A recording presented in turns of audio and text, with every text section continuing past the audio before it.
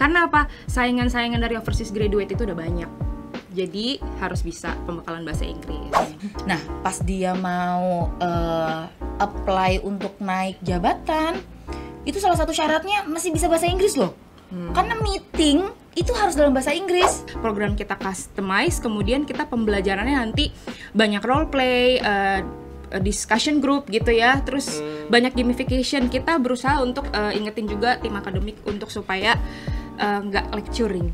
Lu lang kalau misalnya lu bisa private gitu ya di sama bisnis English, lu pengen ngambil program apa? Emailing sih gue. Kenapa begitu? Karena writing itu susah banget. Tapi susah sih gue mengakuinya sih. Tapi kalau misalkan dari HR mau trainer kita yang datang ke kantornya mereka, ya boleh juga. Oh, fleksibel banget. Fleksibel. House training itu ya.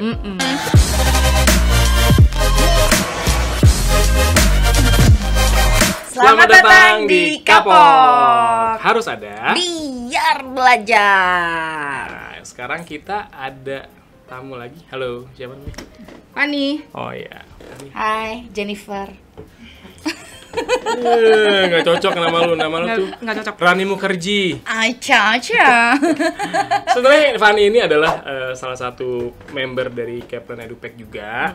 Fani ini handle untuk Program bisnis English. Program bisnis English.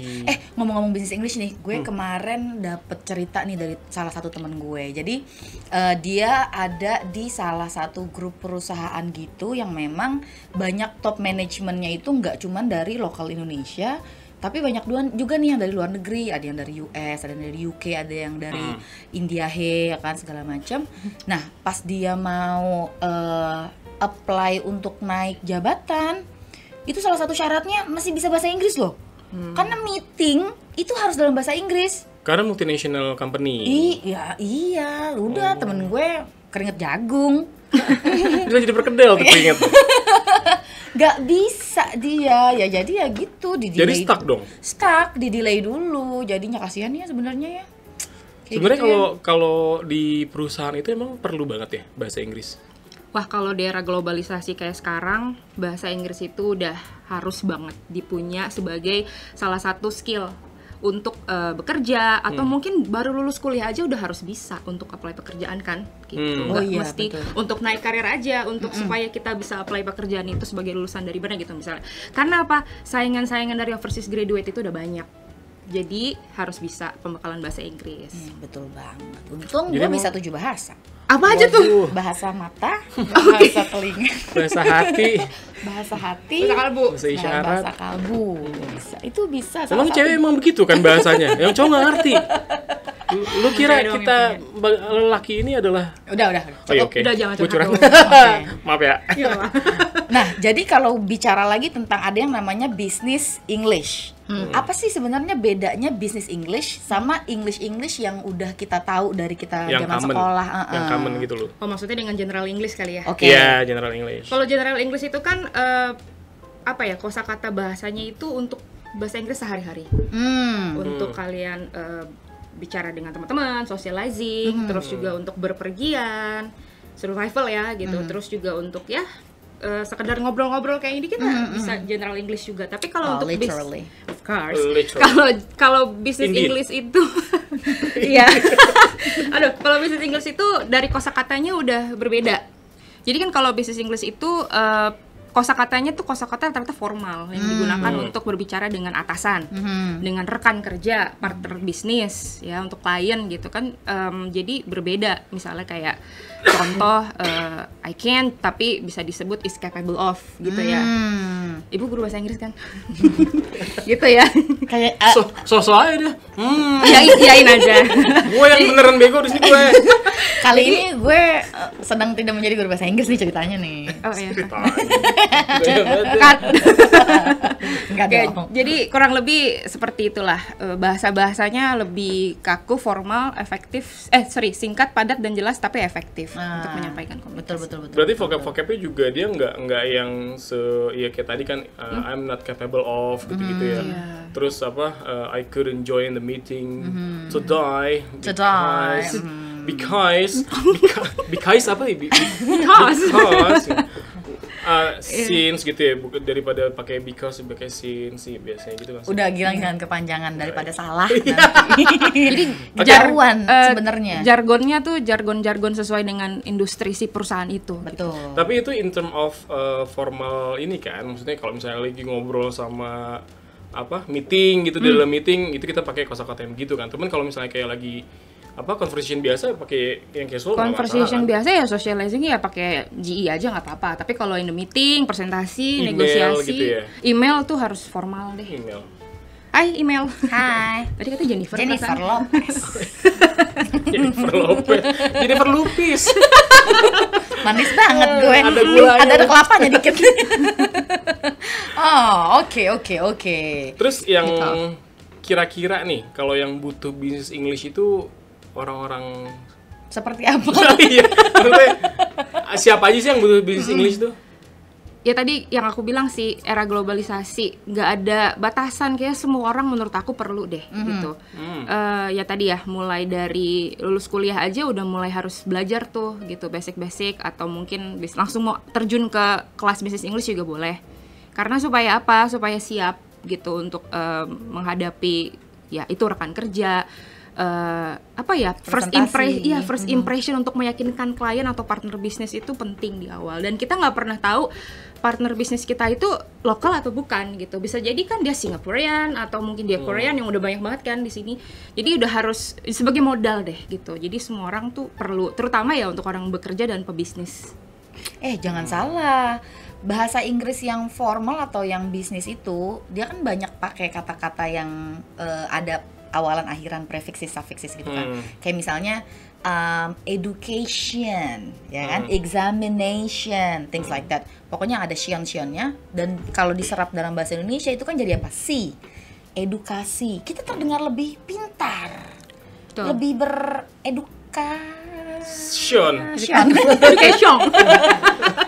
edukasi, apalagi eksaminasi, exhibition, losi. Apaan? Lotion. Oh iya, okay. Bisa juga ya dia. Agak memaksa. Losi. Jadi semua orang sangat boleh dianjurkan untuk belajar bisnis Inggris. Tapi kalau misalnya kayak perusahaan-perusahaan yang nasional aja gitu, butuh juga mereka. Menurutku sih butuh. Mereka kan harus ada ekspansi bisnis dong. Betul. Iya. Nggak usah jauh-jauh kemana-mana ya. Negara-negara Asia Tenggara, ASEAN dulu lah. Kan bahasa Inggris itu kan lingua franca ya. Kita mungkin bekerja sama dengan China, mungkin nggak semua orang bisa bahasa China, tapi bahasa penghubungnya agar bisa berkomunikasi dengan mereka kan perlu bahasa Inggris, sampai pada akhirnya transaksi bisnis pun terjadi. Jadi ya penting sekali sebenarnya teman-teman gitu. Cuman masih ada yang belum pede, ada yang nggak berani cari tahu karena ntar saingannya banyak, nanti sekelas sama yang muda-muda. Gimana ya supaya mereka bisa sadar bahwa itu penting sekali. Oke, gitu. Mesti dari mindset yang dirubah. Iya sih. Nah, bicara tentang mindset orang-orang Indonesia nih ya, terutama itu kalau metode ngajar atau pengaplikasiannya di dalam kelas itu, apakah ini sama metodenya dengan waktu kita sekolah dulu? Oke. Atau ada This yang beda nggak sih? Gitu ya. This is nose. This is book. Touch your eyes gitu, enggak? This is book. The book is falling ke the book.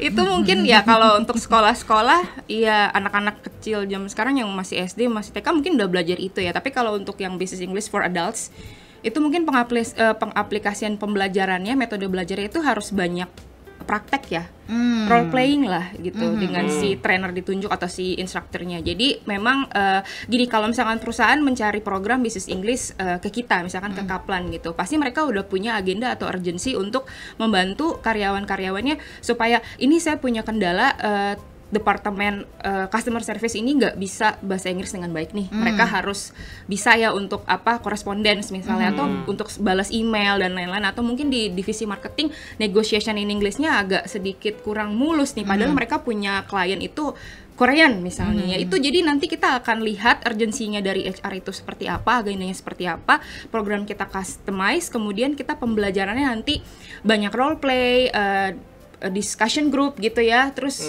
banyak gamification. Kita berusaha untuk ingetin juga tim akademik untuk supaya nggak lecturing, Bu. Hmm. Nanti bosan ya kan, orang-orang kantor Oke. udah capek, udah sama Jadi deadline, instead of gitu-gitu. lecturing ngapain dong? Mereka lebih banyak presentasi misalnya, atau oke. langsung praktek, berkumpul dengan timnya, mungkin ditunjuk one on one atau one on two, mereka praktek gitu langsung nih, study case lah gitu. Jadi nggak Oke. banyak nontonin doang presentasi, gurunya ngajar, nggak textbook juga ya gitu. Jadi supaya lebih fun, lebih kena, dan mereka jadinya praktek gitu. Oke. Tapi awalnya mungkin disesuaikan sama kemampuan si karyawannya dulu kali ya. Oh iya betul, mereka tuh sebelum nanti dimasukkan ke kelas, mereka harus ada namanya placement test dulu, biar tahu level bahasa Inggrisnya sampai mana. Jadi kita juga nggak skill gap ya, kita udah tahu tepat kursus dan program yang cocok dengan dia, bisa disesuaikan dengan levelnya. Mateng banget ya. Iya, Pak, ternyata ya. harus begitu sih emang ya. Soalnya kalau misalnya dicampurin yang pinter dan yang pinter kan takutnya ntar jadi Pinter. dia ngomongin apaan sih gitu. Iya, takutnya itu yang bikin jadi nanti yang mungkin bahasa Inggrisnya masih lower gitu dibanding temennya, jadi nggak pede untuk Iya belajar sih, dan bener nggak sih. pede untuk nanya, itu yang masalah. Betul sih. Kalau kepinteran tapi masuk levelnya ternyata kerendahan, takutnya Bosen. ngapain gue di sini, gitu. buang-buang waktu doang ya kan. Gue di mana sih? Gue siapa? Gitu. Oh, berarti Aduh, ini gimana benar-benar customized aka tailor made ya. Tailor-made. Tailor made. Ah. Kayak Jadi bisnis tergantung English kayak gitu goalsnya deh. si ini ya, tergantung goalsnya Tergantung si kebutuhan perusahaan. dari klien sih, gimana. Oh gitu. Enak juga ya, cuy. Iya, jadi maksudnya kita punya needs, si company punya needs, punya kebutuhan. Gue mau si Gilang nih bisa negosiasi nih. Kok negosiasi gagal mulu? Apa emang hokinya kurang? Apa emang agak loncer aja nih mulutnya ya kan? Gitu. Jadi ya udah coba di Oh, oke. kursusin gitu ibaratnya ya. Iya betul. Penerapannya seperti belajar soft skill juga gitu kan jatuhnya. Tapi ini kan yang dari tadi lagi dibicarakan kan bisnis English untuk yang kelompok berarti ya. Grouping. Grup. Grouping. Kalau untuk kayak private misalnya bintang deh. Siapa bintang? Bintang di langit. Misalnya Gilang nih, Oke. Gilang pengen kursus untuk presentasi gitu. Bisa nggak request bisnis English tapi cuman one on one aja? Gilang Bisa. sama guru. Oh bisa. Bisa one on one itu Private. bisa. Jatuhnya private class. Ah, Itu lebih I intensif see. lagi.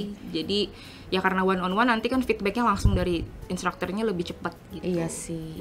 Dan dia lebih fokus juga ya. Lebih fokus, jadi juga lebih pede kan mau nanya apa, ini bener nggak gitu. Jadi Iya dia sih. udah pede, nggak takut ini ketahuan nih gue nggak bisa bahasa Inggris. Gitu. Itu sih kadang suka kayak begitu kan.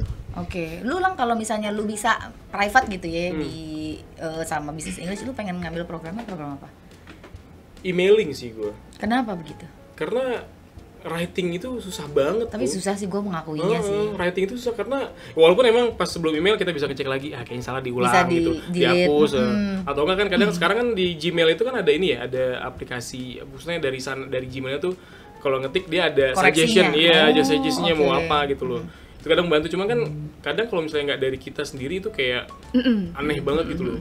Dan gue yakin nggak yakin gitu loh, ini bener nggak ya kata-katanya maksudnya sesuai sama apa yang gue mau nggak gitu loh, maksud gue apa, takutnya ntar menurut Gmail yang ini yang bener, cuman nggak sesuai sama apa yang gue maksud, beda juga di sananya kan, penerimaan juga beda gitu loh. Iya sih, ya betul. Jadi kalau di bisnis English kita juga ada namanya fokus business writing skill sebenarnya. Oh, ada business writing skills. Iya, ada programnya. Jadi di business writing skills itu nanti mereka ada beberapa materi itu untuk emailing skills, report writing skills. Oh, Jadi bikin lebih deep report lagi. gitu ya. Iya. Belibet banget itu report. Iya sih pasti. Dan tapi banyak banget yang ngambil sih untuk yang aku pengalaman, mungkin kayak perusahaan-perusahaan yang bergerak di bidang insurance, banking itu banyak kan ngambil BWS ya, business writing skills. Business writing skills. Oh, BWS. BWS. Singkatannya aja gitu Iya, ya. iya. GDR ada. Apa tuh? Gilang Dwi Respati. Ini ada. Gue dijual. Laku nggak Berapa ya? masalahnya? Kayak gue yang bayar deh jatuhnya. Lu jual sendiri, Bayar dulu bayar sendiri. Oke, nah kalau bicara tentang programnya berarti kan kita juga bicara tentang gurunya nih. Tahan dulu tadi yang BWS, Apa? selain BWS apa aja Oh iya, selain benar-benar. programnya? Ada lagi banyak. Jadi kita ada business English program itu ada business writing skills, business business English communication dulu. Itu untuk yang conversation ya gitu. Business English Communication. Iya, BEC berarti. BEC. Komunikasi, communication. Betul. Communication. Terus ada business writing skills, negotiation skills, presentation skills. Itu sih. Jadi kayak corporate solutions esensial lah yang paling dibutuhin biasanya dari company itu yang seperti itu. Cuman kita juga suka ada lagi request English for Logistic misalnya, itu nanti masuknya ke English for Specific Purposes atau ESP sebutannya gitu. English for specific purposes. Iya, jadi itu yang aku bilang istilah-istilah lebih deep lagi. Mungkin perusahaan logistik ya kita bisa cariin materi English for Logistic atau English for Automobile Industry, English for Banking Industry. Jadi macam-macam. Jadi ada yang spesifik lah. Gitu. Sesuai dengan fieldnya gitu ya. Sesuai dengan betul dengan bidangnya atau industrinya itu kita namanya sebutnya ESP. Berarti kalau yang ngajar di Business English, balik lagi nih gue pertanyaannya ke gurunya nih. Iya. Jadi untuk yang ngajar di Business English ini, apakah memang harus yang bener-bener sudah expertise? Misalnya kalau untuk bank harus yang udah expertise Emang di orang banking, bankir gitu misalnya. atau cukup guru bahasa Inggris aja tuh gimana sih itu? Kalau sepengalaman aku ya, trainer itu bisa jadi salah satu hal terpenting sebenarnya untuk mendelivery materi bisnis English ini. Sertifikasi pastinya perlu ya. Terus pengalaman dia dalam mengajar juga itu akan kita lihat. Apakah dia pernah punya experience mengajar di industri bank misalnya atau insurance. Kita akan lebih prefer yang seperti itu gitu. Dan kebetulan di Kaplan sendiri trainernya udah selected banget gitu. Dan kalau misalnya dibilang beda, ya beda lah untuk guru yang ngajar GE dengan ngajar BI itu beda karena memang mereka harus punya pengalaman atau mungkin mereka pernah ngambil S1-nya sarjana pendidikan guru terus S2-nya dia ngambil lagi Master of Legal. Jadi saya juga yakin kalau kita memberikan profile teacher itu kepada klien juga trust dengan kita karena dia punya master untuk legal, jadi dia bisa ngajar business writing skills lebih mantap lagi berdasarkan experience-nya juga. Jadi ya tugasnya akademik Kaplan juga ya untuk mencari selected trainers gitu supaya bisa delivery materi kita dengan baik gitu. I see. Oh, mantap juga ya berarti. Berarti emang udah udah terstruktur lah. Iya, terstruktur dan terspesifikasi ya. Jadi kita nggak Kaplan tuh nggak ngasih sembarangan guru gitu loh. Oke. Oke, good. Dan teacher itu harus bisa ini loh ngeblend sama audiensnya atau dengan studentnya itu penting banget. Maksudnya gimana tuh? Jadi supaya pembelajarannya tuh bisa interaktif ya. Kadang pernah nggak sih kayak lu males ke mata kuliah apa gitu karena aduh dosennya boring banget. Nggak asik gitu. Pernah nggak jadi lu absennya banyak gitu? Malah dosennya biasanya nggak mau sama gue. Iya. Itu masalahnya ada di lo berarti. Itu loh. Sama aku pun pernah punya sebelum di sini ya gitu. Jadi punya pengalaman kayak boleh nggak sih ganti gurunya gitu. What's wrong? Ini spesifikasi teachernya bagus banget loh. Kayak dia udah pengalaman, udah punya selta segala macem. Tapi minta diganti ya itu juga penting gimana trainer itu bisa blend dengan studentnya. The way dia teach-nya itu penting sih. Oh berarti kalau ada yang request misalnya satu company gitu request, kita bisa nggak request nanti misalnya semester depan ganti guru gitu? Itu kalau bisa di kita jika memungkinkan jadwalnya ada, teacher available sih bisa-bisa aja. Jadi ini masih memungkinkan ya sebenarnya. Masih memungkinkan. Pokoknya kalau buat klien harus dibisa-bisain. Oke. Jadi rather than what's wrong dengan what's strong ya. Apa kalau kekuatan kita tunjukin gitu ya. Betul. What's strong? Apa? What's wrong apa? Iya. Oke, terus kalau misalnya ini nih, biasanya ini klien-klien bisnis English ini bisa mastering the skill nggak in business English gitu loh. Jadi mereka bisa benar-benar menguasai gitu kan, maksudnya. Udah katam gitu ya. Jadi ya saat mereka habis menerima kursus dari business English ini, ya mereka udah benar-benar mastering in negotiating, in writing gitu. Itu sebenarnya balik lagi ke minat dan kebutuhan sih. Jadi kalau mereka punya community kebutuhan tapi mereka minatnya nggak terlalu minat, iya susah. Jadi balik lagi mungkin untuk setiap kursus dimanapun kalau tanya bisa langsung bisa nggak, ya itu balik lagi ke studentnya, rajin masuk kelas nggak, rajin praktek nggak, rajin cari tahu nggak, rajin mungkin nonton series di Netflix bukan cuma sekedar nonton tapi pelajari gitu ya, the way gimana ngomongnya nih, ini bahasanya gini, oh ini ternyata begini gitu. Itu kan apa ya, harus punya niat dulu, minat dulu gitu. Tapi kalau misalkan mau nanya sampai master banget, kalau sampai ngikutin si FR levelnya mah harus sampai 1000 sampai 1200 hours loh untuk bisa sampai ke advanced user. Panjang perjalanannya. Cuman ya memang itu dia ya balik lagi kita harus rajin banget sih untuk belajar. Jangan jadiin itu suatu hal yang terpaksa, tapi memang itu adalah sebuah kebutuhan juga buat kalian supaya bisa nanti berinteraksi dan bisa punya kesempatan lebih jika bisa punya skill bahasa Inggris. Tapi penasaran gue, sebenarnya ada levelingnya nggak sih di program Business English ini? Ada, kita ikutin si FR level ya. Jadi mulai dari A1, A2, B1, B2, C1, C2. Jadi kalau A1, A2 itu kan elementary ya, beginner elementary, B1, B2 itu pre-intermediate, think. Terus ada nanti yang terakhir itu di advance. Oke. Sebelumnya itu kalau saya pre-intermediate, intermediate, higher intermediate, baru advance. Upper intermediate. Iya, untuk higher or upper lah bisa sebutannya gitu. Iya. Oh berarti emang ya nggak sembarangan lah ya lu bikin. Iya, makanya tadi kan juga ada pre-test dulu, apa pre-test? Placement test. Placement test. Ya, pre-assessment, placement test sama. Sampai maksudnya buat tahu mereka tuh udah sampai di level apa. Si FR levelnya itu, apakah dia masih A1 atau sudah B1, something like that. Terus baru di grouping gitu ya nanti ya. Kan kita nggak mungkin ya naruh yang di A1 itu di kelas C1. Oh jauh sekali. Iya itu. Ya bisa maaf dong. Bengong dong. Gitu dong. Di mana sih nih gue kayaknya salah. Tapi soalnya kan ini juga kan biasanya disponsori oleh company kan, jadi company yang bayarin kan. Oh tapi bener ya, ini berarti company yang bayarin ya? Betul, company yang bayarin mesti. Tapi biasanya ada komitmen juga. Jadi dari kita biasanya dari akademik itu kan punya batas attendance itu minimal harus 80%. Tapi ada beberapa company yang naikin aja mbak 85%. Saya pengen mereka tuh tetap ikut kelas terus rajin-rajin karena kan dibayarin nih sama company kayak gitu. Ya kita sih tergantung dari klien, kalau minta 85 ya 85, kalau mungkin sibuk ya kita bisa turunin, tapi biasanya dari Kaplan sendiri standarnya 80% attendance sih. Gitu. Jadi komitmen buat pesertanya untuk ikut kelas terus. Ya karena kalau misalnya mereka juga nggak komitmen sama attendance-nya kan, misalnya nih ya, amit-amit nilainya kurang gitu. Ya kan belum tahu apakah itu emang dari pengajar Kaplan atau dari emang dianya jarang masuk jadi nggak tahu materinya. Cuma kan record kan tetap ada ya, kalau kayak gitu. Nah ini untuk record atau reportingnya berarti ada juga dong setiap di end of the batch gitu? Ada. Jadi kita sebutnya namanya ya student evaluation report.